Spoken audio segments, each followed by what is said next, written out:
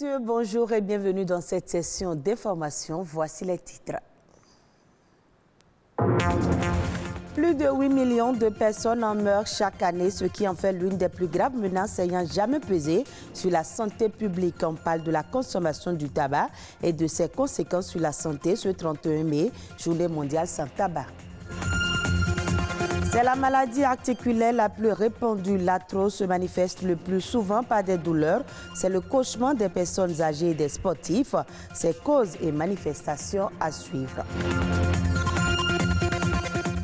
Et puis l'art contemporain béninois est mis à l'honneur, une nouvelle vision culturelle et des opportunités économiques émergentes pour mieux valoriser l'art contemporain du Bénin.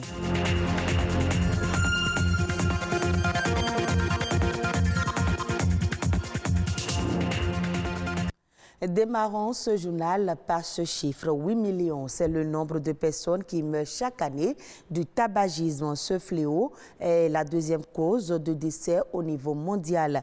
Et pour la combattre, une journée a été choisie. Ce jour, 31 mai, est consacré donc Journée mondiale sans tabac. Plus de précisions avec Ghislain Poguet. Malgré les conséquences dévastatrices sur la santé, sur l'environnement et sur l'économie, la consommation du tabac dans le monde ne faiblit pas. La situation est si préoccupante que la communauté internationale a choisi une journée pour sensibiliser contre le mal. Le tabagisme fait un décès chaque 6 secondes dans le monde. Chaque 6 secondes, il y a quelqu'un qui meurt forcément à cause du tabagisme. Pourquoi? Parce qu'il y a le cancer, plein de maladies. Un fumeur contracte, c'est-à-dire se trimballe avec plus de 25 maladies. L'OMS a bien fait de décréter une journée comme ça pour pouvoir sensibiliser. Les études l'ont prouvé, le fumeur enfume son environnement et ses proches. Non seulement il se tue, mais il tue dans son entourage. Le tabac, une menace pour notre environnement. Parce que quelqu'un qui fume, il n'y a pas que lui qui est malade. Celui qui respire la fumée et contracte les mêmes maladies que le fumeur. Et quel bien le fumeur fait à l'environnement? Les firmes qui commercialisent le tabac dans le monde ont mis en place de véritables machines de guerre en matière de publicité. Leur puissance de feu est telle que toutes les actions de sensibilisation paraissent marginales. L'industrie du tabac est une industrie gigantesque. C'est-à-dire, c'est une industrie tellement assise qu'on a du mal à affronter. Mais nous sommes sereins. Moi, j'ai espoir. Ce n'est pas perdu d'avance. Si aujourd'hui, moi, je suis devant vous, je suis utile pour la société. Pourquoi? Parce que j'arrive à sensibiliser. Depuis 15 ans, Rigobert sensibilise les jeunes sans relâche. Lui qui a connu le tabagisme et l'a dompté. Mon frère, toi qui me suis, ma soeur, toi qui me suis, si tu as l'opportunité de me regarder aujourd'hui, il faut savoir que nous avons pris par là. Quand je te dis ce n'est pas bon, c'est que ce n'est pas bon. Vivement que l'appel de Rigobert soit entendu. Et nous parlons toujours santé. L'arthrose est la maladie articulaire la plus répandue. Elle se caractérise par une destruction du cartilage qui s'étend à toutes les structures de l'articulation. C'est le cauchemar des personnes âgées et de certains sportifs qu'elles sont. Donc, les causes de cette maladie dégénérative et comment la traiter, les précisions dans ce reportage réalisé par Arnaud Havana et Christelle Hueto. L'arthrose est une infection rhumatismale chronique qui se manifeste généralement par de fortes douleurs au niveau des articulations. Dame Chantal souffre de cette maladie depuis plusieurs années. Ça commence par des douleurs, surtout des fois quand tu veux faire l'escalier, c'est en ce moment qu'on commence par remarquer. Là, tu n'arrives plus à marcher ou bien tu dois tenir quelque chose avant de faire l'escalier. Tu marches un peu, tu dois t'arrêter. Des fois, c'est difficilement, on soulève les pas aussi. Chez Dame Sylvie, les douleurs sont toutes aussi fortes. Il y a 2 mois que j'ai ressenti le mal. J'avais eu envie de faire pipi. Quand je me suis levée, j'ai commencé par ressentir les mal très fort. Cette fois-ci, c'était très fort. Douleur, invalidité. Les causes de l'arthrose diffèrent d'un individu à un autre. D'abord, il faut signifier qu'il y a l'arthrose primitive et l'arthrose secondaire. L'arthrose primitive, c'est lié directement à la personne. Chez les personnes âgées, on retrouve plus l'arthrose. C'est rare de trouver l'arthrose chez les sujets jeunes. On peut dire également l'hérédité, c'est-à-dire il y a une prédisposition génétique. Autre cause qui est courante, c'est l'obésité. Dans la vague des arthroses secondaires, on peut parler des infections. La prise en charge de la pathologie comporte la prévention et le traitement de la douleur. Il faut éviter le surpoids, l'obésité, bien traiter les infections. S'il y a des gouttes, il faut bien traiter. On peut aussi faire de la kiné, de la rééducation fonctionnelle. Pour les traitements médicamenteux, il y a plusieurs traitements. Il y a les antalgiques, les anti-inflammatoires. Ça c'est les comprimés. Il y a les traitements locaux, c'est-à-dire les crèmes, les patchs.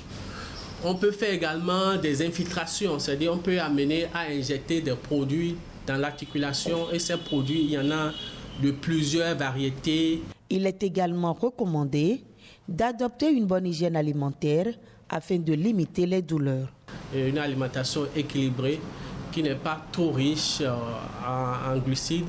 Pour éviter de faire la goutte, il y a l'aliment, l'haricot, les viandes rouges, le vin, la bière et autres qu'il ne faut pas prendre. Aucun médicament n'est capable à l'heure actuelle de guérir l'arthrose.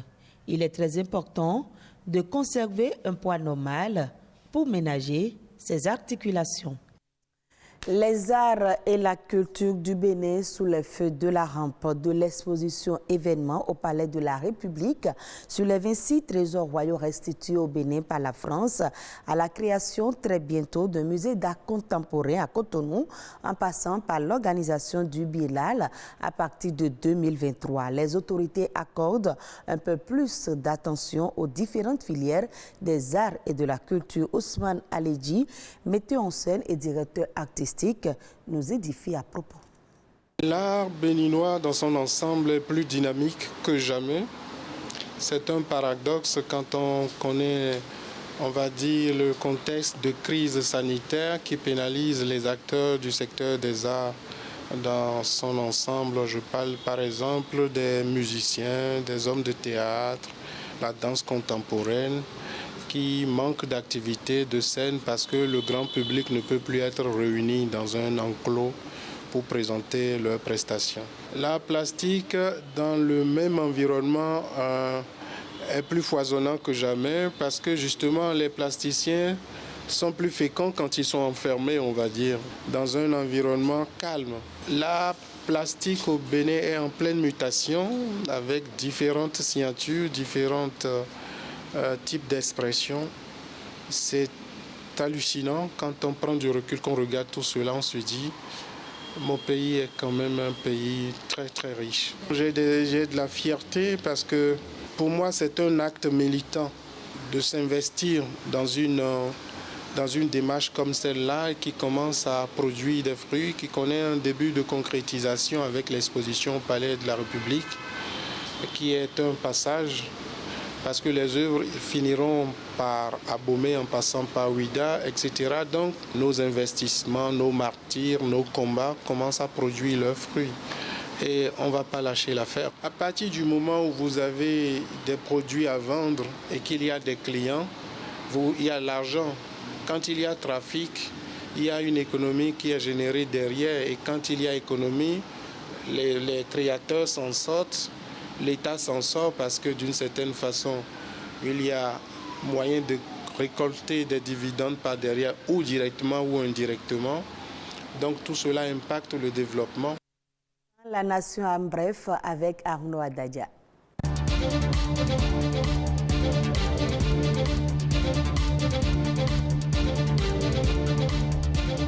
Le prix du gasoil est finalement maintenu à 600 francs CFA pour soulager les consommateurs. Cette décision tire son origine de la spéculation observée au niveau de certaines stations-service qui profitent de la crise russo-ukrainienne pour augmenter le prix du litre de gasoil à la pompe. Par ailleurs, il a été exigé la constitution de stocks de réserve comme solution face aux situations de pénurie. Pour juguler cette situation, le gouvernement béninois a déjà investi 30 milliards dans les hydrocarbures. Le développement de Tchonvihoué préoccupe les filles et les fils de cette localité. La célébration de leur fête identitaire a été l'occasion pour des appels de fonds pour contribuer au développement de Tchonvihwe, localité située dans la commune de Sémé-Bodji. La 10e édition de la chirurgie plastique est lancée. Des médecins spécialistes sont mobilisés pour le traitement des affections comme les becs de lièvre, les fentes labio-vélo-palatines, le noma, les séquelles de brûlures et autres tumeurs de la face. Cette mission qui durera 5 jours est l'œuvre de l'ONG Emergenza Sorizi Bénin qui en 2011 a contribué à soigner 572 patients. Pour 2022, on espère un chiffre plus élevé. Ils viennent de prêter serment. Ils constituent donc la toute première génération des contrôleurs financiers qui vont se charger de conduire le passage de la gestion classique à la gestion en mode programme. L'objectif de la gestion en mode programme est d'amener les financiers à comprendre les responsabilités qui sont les leurs dans l'exercice de ce métier.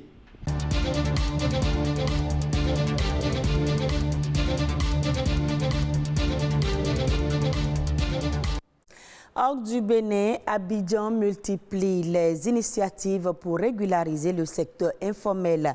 Il représente environ 80% des travailleurs.